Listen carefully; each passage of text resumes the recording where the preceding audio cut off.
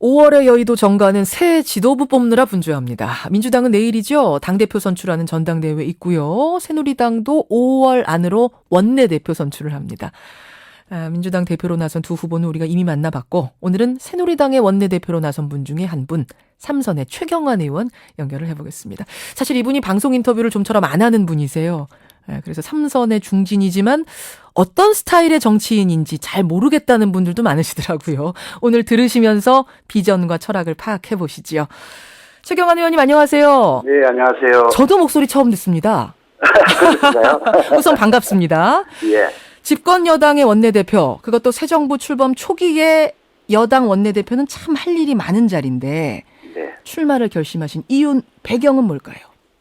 예, 지금 이제 정부가 출범한 지 현재 2달 좀 지나고 있습니다만은 이 출범 과정에서 여당이 존재감을 상실했다. 이런 비판이 많이 제기되어 왔지 않습니까? 존재감을 상실했다. 예. 그래서 이 정권을 만든 사람들이 책임 정치 차원에서 이 총대를 메고 나서야 되지 않겠냐 하는 이런 당내외 출마 권유가 많이 있었습니다.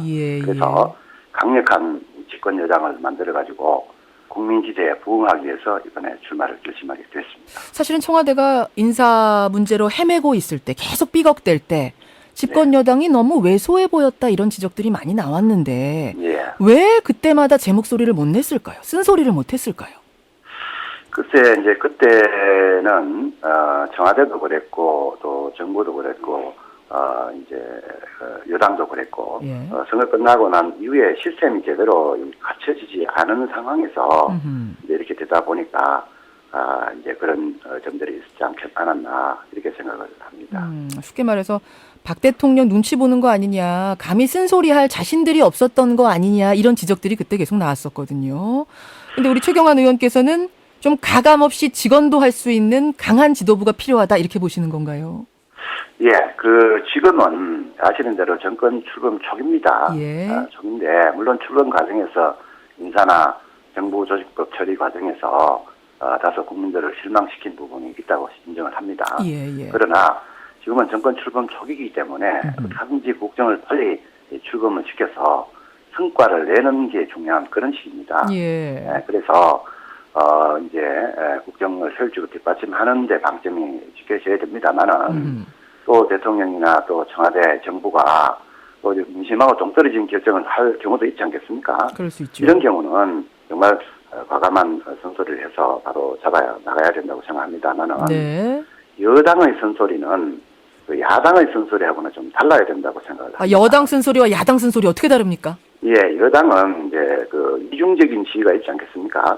하나는 이제 집권 여당으로서 대통령과 국정 철학을 공유하면서 성과를 내야 되는 그런 측면이 있고요. 또 하나는 행정부 대 국회 관계로 보면 또 견제를 해야 되는 그런 이중적인 지위 있습니다. 집권 여당은 늘. 그래서 이 두 가지 역할을 정말 잘 하기다 하는 게 말처럼 쉽지는 않습니다. 그래서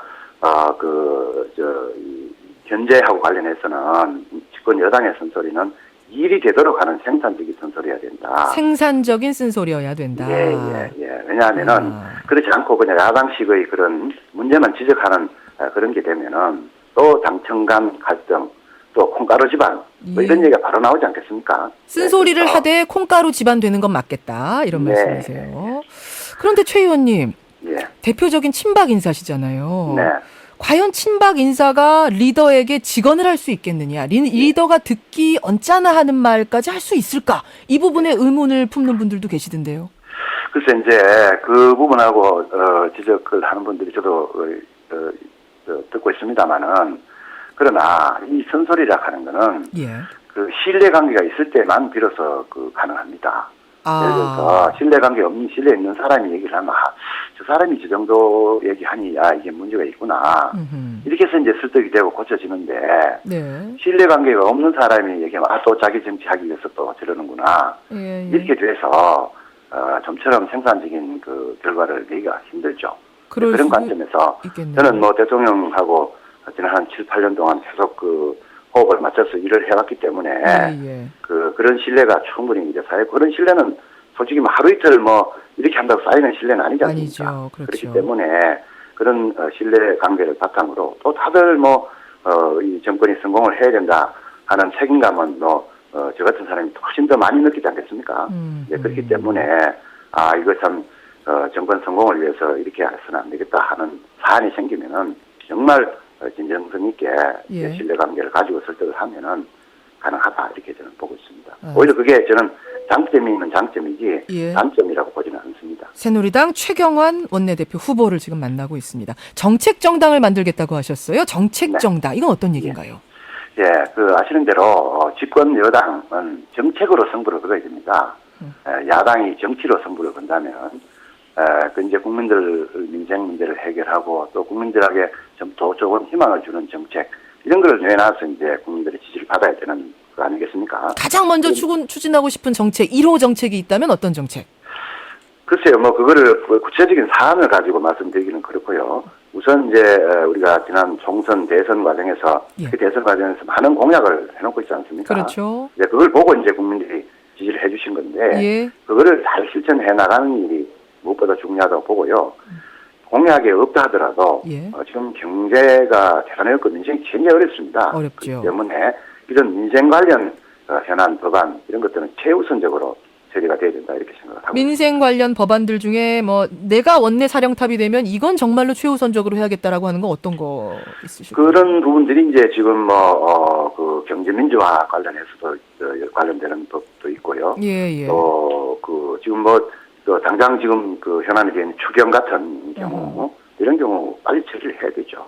알겠습니다. 근데 지금 경제민주화 얘기하셨는데 사실은 새누리당의 대선 공약이기도 했고요. 근데 최경환 의원이 좀 경제민주화에 대해서 소극적인 건 아닌가라는 평가가 나옵니다. 왜냐하면 며칠 전에 국회에서 통과시킨 그 경제민주화 법안 3건 가운데 하도급법 개정안 표결 때에만 참여하셨고 그나마 기권표를 던졌다 이런 보도를 제가 봤거든요.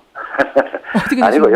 하도급법 개정안은 당내 취지 자체를 반대하는 건 아니지만은 당내 여러 의원들이 이게 완전히 이렇게 되면은 너무 기준이 모호해서 소송이 남발이 될 우려가 있다 하는 입법 보완적인 차원이 필요하다 하는 차원에서 그랬던 거고요. 다른 법안 통과 때는 제가 요새 솔직히 다른 일정이 있어서 선거도 있고 또 그때 마침 언론 인터뷰가 예정이 돼 있어서 언론 인터뷰가 있어서 그래서 표결을 할 수 없는 상황이었다 하는 말씀을 드리겠습니다. 그러면은 다 여야 간에 합의를 거쳐서 한 거기 때문에 개별 의원들 간에 견해 차이는 좀 있을 수 있겠습니다만은 여야 간에 합의를 거친 법안이기 때문에 저도 아마 그 자리에 있었으면 아마 찬성을 하지 않았을까. 그러신 건가요? 경제민주화에 대해서 속도 조절이 필요하다 이런 말씀도 한번 한 적이 있으시던데 이건 그럼 어떻게 해석을 해야 될까요? 그거는 정말로 우리 경제를 좀 걱정하는 사람들이 다 같이 하는 말입니다. 우리가 경제민주화를 하지 말자는 얘기가 아니라 하되 경제 자체를 위축시키고 소위 기업하고자 하는 의욕 자체를 꺾이게 해서는 안 되지 않습니까? 물론 그건 그렇죠. 경제민주화를 하자는 취지가 이게 경제적으로 힘이 센 집단이 약한 집단을 아주 힘으로 눌러서 무슨 약자를 탈취를 하고 이런 걸 막자는 거 아니겠습니까? 그런 취지라면은 그건 당연히 그렇게 고쳐야 되는데 그 과정에서 지나치게 그걸 포괄적으로 해석을 한다든지 또 국제 기준에 비춰봤을 때 지나치게 과도하다든지 또 하더라도 또 시기조절이나 이런 거 없이 한꺼번에 그냥 소나기식으로 쏟아내게 되면은 이 경제 추세를 감당하기가 어렵게 되는 문제가 있죠. 그럼 특히 어떤 것들이 좀 지금 논의되는 것 중에 어떤 것들이 그렇게 속도 조절이 필요한 법안이라고 생각하십니까? 아니 지금 경제민주화 관련한 지난 대선 때 또 많은 공약이 나와 있지 않습니까?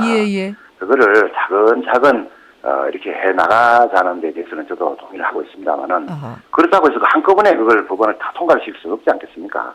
그 점을 지적하는 거고요. 그래서 저는 경제민주화가 중장기적으로 우리 경제 체질을 강화하는 데 도움이 된다고 보기 때문에 쉽게 얘기하면 몸에 좋은 약이죠.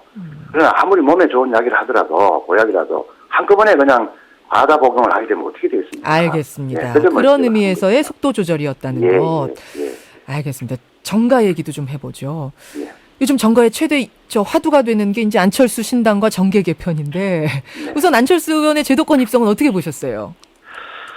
글쎄요, 여러 가지 지금 정치권에서 구구한 전망들이 나오고 있지 않습니까? 그래서 이제 기대도 많이 하고 있는 분들도 많이 계시는데, 저는 그 안철수 현상하고 안철수 의원은 구분할 필요가 있다. 어제 이완구 지사가 나와서 하신 말씀하고 똑같은 말씀하시네요. 현상하고 정치인 안철수는 따로 봐야 된다. 예. 저는 그렇게 보고 있습니다. 안철수 현상이라 하면 다 아시는 대로 기성 정치권에 대한 불신, 이게 거의 그렇게 돼 있지 않겠습니까? 예. 그런데 또 안철수 의원의 경우에는 지난 대선에서부터 자기 어떤 철학이나 가치, 이념 이런 것을 솔직히 제대로 보여준 게 없습니다. 그냥 양비론적으로 정치권에 이래서는 안 된다 하는 정도의 문제 제기만 해왔던 것이죠. 그래서 그 문제 제기하면 누구나 다 할 수 있죠. 예? 그러나 또 현실적으로 그러면 어떤 비전을 가지고 그거를 풀어나가고 할 것인가 하는 부분에 대해서는 이제 앞으로 안철수 의원께서 보여주실 차례다. 보여줄 차례다. 그거에 따라서 이게 영향이 어떻게 되느냐라고 보는 게 맞지 않겠느냐. 예. 신당 만들고 만약 그 콘텐츠까지 보여주면 그때 파괴력은 어느 정도나 될 거라고 보십니까? 그것도 마찬가지죠. 그것도 어떤 콘텐츠나 어떤 내용을 보여주느냐에 따라서 달라지죠. 그러니까 저는 한마디로 저는 안철수 현상은 지금 계속 존재하고 있는 건 사실이지만 안철수 의원이 어떤 정치권의 파괴력을 가질 것인가 하는 거는 저는 본인이 앞으로 하게 달려있다. 알겠습니다. 여기까지 오늘 말씀 드려야겠네요. 고맙습니다. 예, 감사합니다. 새누리당 최경환 의원이었습니다.